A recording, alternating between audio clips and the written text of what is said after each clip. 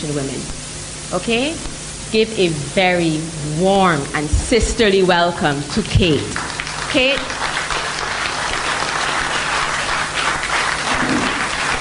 We have some people standing outside. Why don't you come inside, please? Please, feel free to come inside.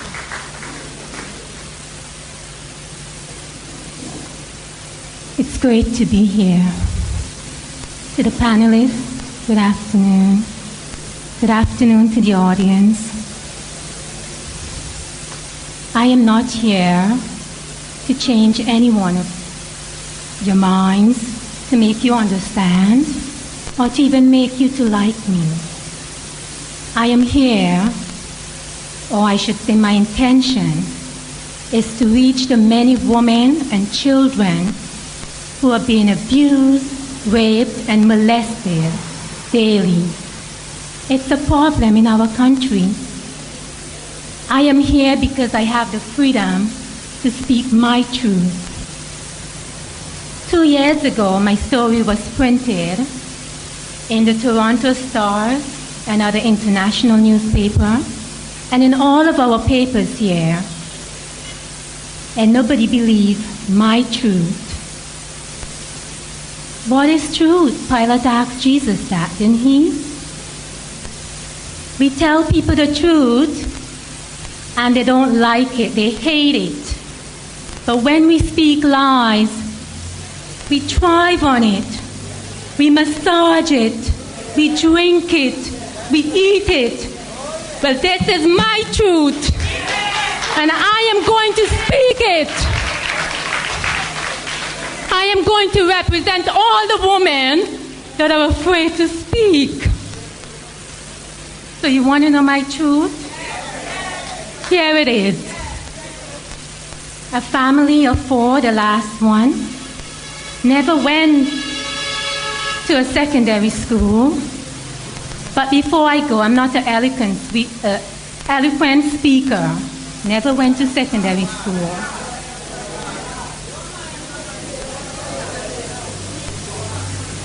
I don't remember much of my childhood from Murray's Village, and I'll tell you why in a minute.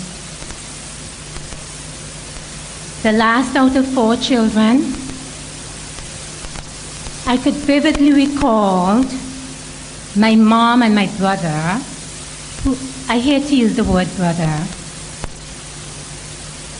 but it is what it is, being tied up with my hands and feet, tied and beaten with barbed wire, broomsticks, you name it. My knees have scars up to this day.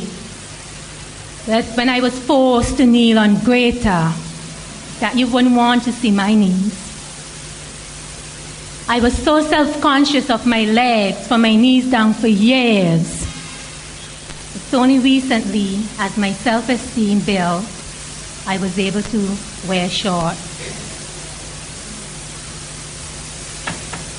I was molested when I was about 10, 11 years old from my neighbor who was married and had 2 little girls.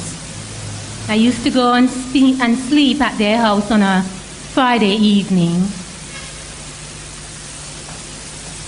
Sometimes that image, no matter how much I try, sometimes just flash across my face. Molested by a man who had 2 little girls my age. I can't tell you the amount of beatings I got from my brother and my mother, to the point where one of my eardrum is burst and the right eye is damaged from the blow. I can't tell you the amount of time I went to the police station with blood running down my head and no one to rescue me. Was it because I was a teenager or a young girl? Even into my womanhood, I can't tell you the amount of time I went to the police station. My brother used to come home drunk and I would be cooking. And when he asked for food and I said no, the food and the coal pot would end up down the river and blows on top of that. My mom used to kill a yardie, as they call yard fowl, and my brother will get the leg and the chest, and I would get the wings or the foot or whatever. To this day, I don't eat chicken. Although it's good protein. I became pregnant by the age of 15 by a married man. After I became pregnant, I was tossed aside. Then I met a stranger by my neighbor and I became pregnant again right after. That child eventually died in a fire when she was about almost 10 months. I think it's one whammy. It's triple whammy. Then I went to Union Island looking for work. Along the way, there were a lot of unscrupulous men who took advantage of my vulnerable situation. A prominent lawyer today is one of them. Then a friend took me to Union Island, and where I was staying, the person threw me out. And a man took me in and said, "Oh, stay by me until you get yourself organized." I was raped in the middle of the night when I was asleep. You know what it's like to be sleeping? Someone forced themselves on you.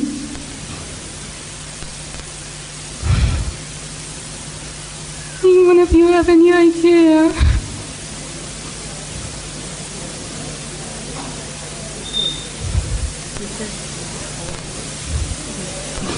And then, but before that, you have no idea the places I went looking for rescue. I went by a neighbor. They'll give me a night on the floor. I even had to sleep on someone's couch with their dog because the couch was the dog bed. Then I got involved with another man, not out of love, desperation, wanted a roof over my head. Then I became pregnant again, and that child was kidnapped when she was a few months old and taken back to his country because he's not Vincentian. I tried everything in my power to get her back. She's 23 years old now. Don't know her. She lives in Martinique.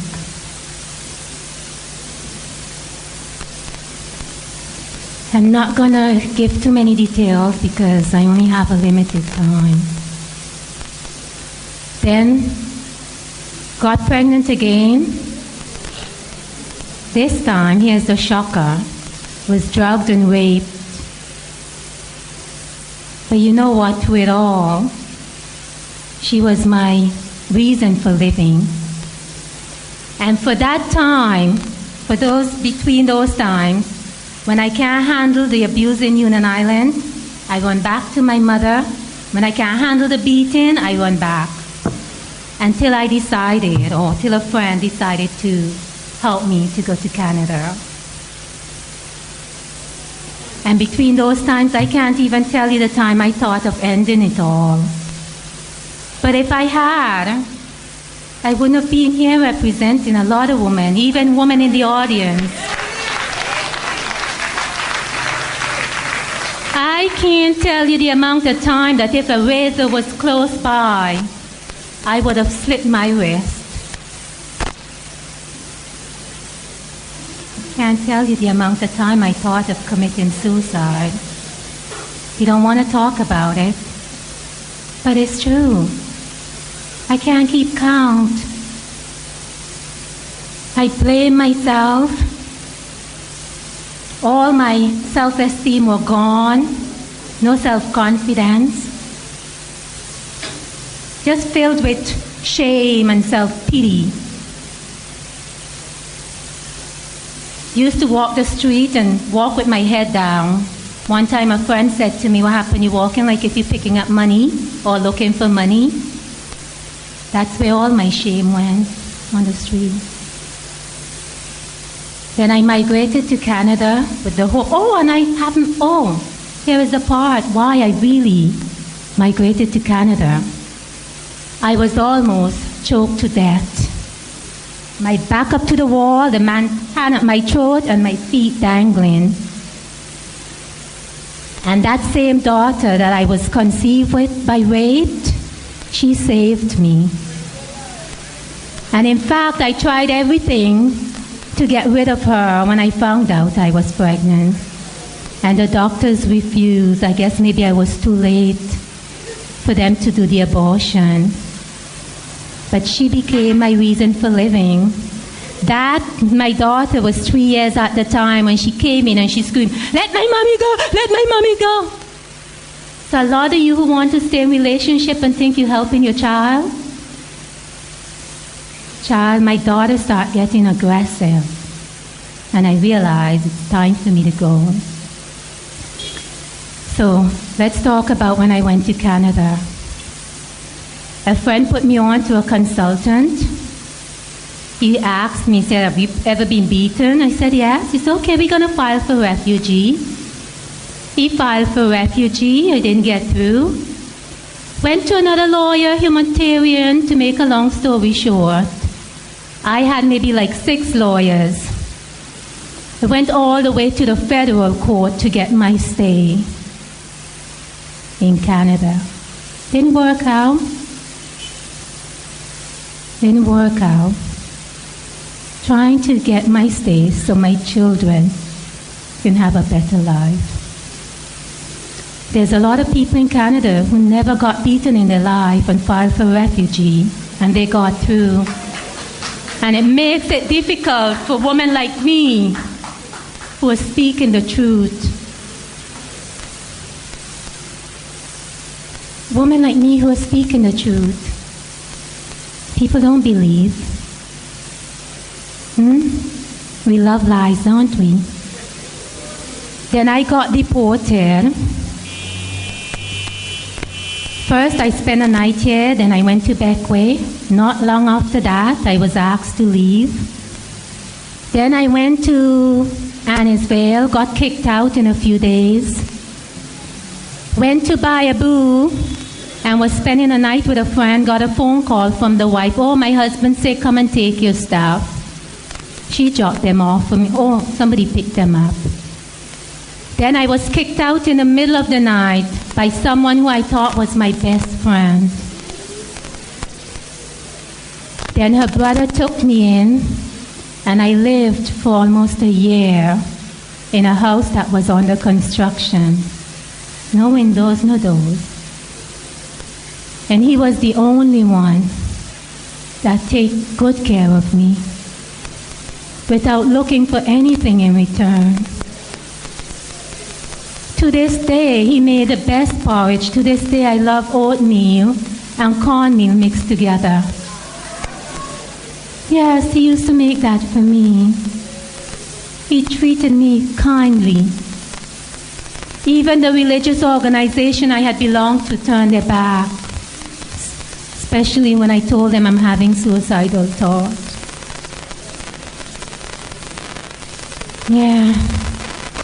And then finally, he kicked me out almost after a year, but it was good because I was able to rent somewhere and start taking care of myself. Haven't been easy.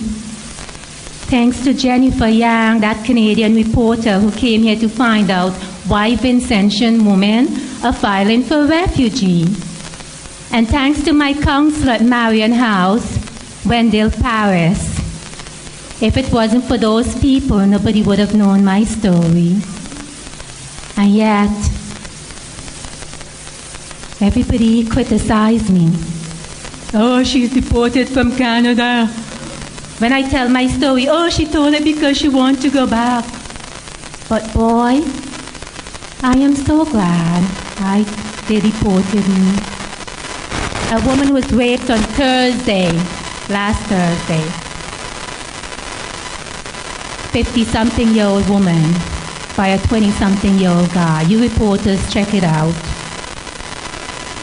You hear me? Thursday gone. Woman, they said she's not so good in her head. It's being raped. It happens. We can't bury our head in the sand and think it doesn't. It does happen. But let's talk about what makes me me. Why I am a survivor. Among reading inspirational books, supportive friends, watching Les Brown when he said if you can fall down and you look up, you can get up. Yeah? Watching clips at the library from Loretta LaRoche is when I know to start calling my name by beautiful words. That I'm brilliant, I'm strong. And she used words like succulent and moist. Those are the words I start using on myself. But 3 things stood out for me that made me a survivor. Forgiveness. I had to reach deep down in my heart and learn to forgive me. To let go of the blame and the shame that goes with abuse. The self-pity. You hear me? I had to learn to let go of anger, resentment, and bitterness. Dig deep down to let those go. And I learned self-love, loving myself, telling myself that I'm beautiful. And according to the late Maya Angelou, I'm a phenomenal woman. Self-love. Self-love is what have me here. And not forgetting, being in a state of gratitude and appreciation for everything, for the lessons, so painful they are even up to today. Gratitude for everything, for the little morsel that goes into my mouth. I don't have anything. I rent an apartment. I don't have a TV because I love to read. I don't have much, and it doesn't bother me anymore. Because what do we define as success? For you may be material things, for me it's a different. So those are the 3 things that stood out for me to make me who I am. Right now I feel like I'm the metamorphosis of a caterpillar and a chrysalis, or what is the name is, forgive me. You have the caterpillar and the other stage, forgive me for not saying the name, but when you cut that open, you would look for maybe the formation of a butterfly, but not yet. You're seeing that gluey substance. But in that gluey substance is the element for beauty. That very soon a butterfly will emerge in all its colors. So I am in that between stage of growth and healing, but very soon will emerge as a butterfly. I love me. I love the woman that I am becoming. I am learning to make better choices. Mr. Eustace, when you get into power, make sure there's a home for women to go to. Make sure there's a place of refuge that women can turn to. That they don't have to run from one place to the other and sleep on people's couch with their animal. Make sure. I am going to hold you to account that you make sure there's a building here that women can go to for refuge. And it's about time. There's nice, decent men out here. no doubt about it, who feel that a woman is their equal, and we are. We are a man's equal. But you know where my life stands now? Nobody wants to hire me because there's that brand. She deported, she this, she that. But I will not be labeled by any one of you because I know who I am. And I'm not ashamed of my past. And it's about time women come out and talk about the effect abuse and molestation and rape is having on them. It's about time. I can't do it alone. I need help. And it's about time you guys come forward. And when I leave here, I am going to walk out and walk the street with my head held high. Thank you.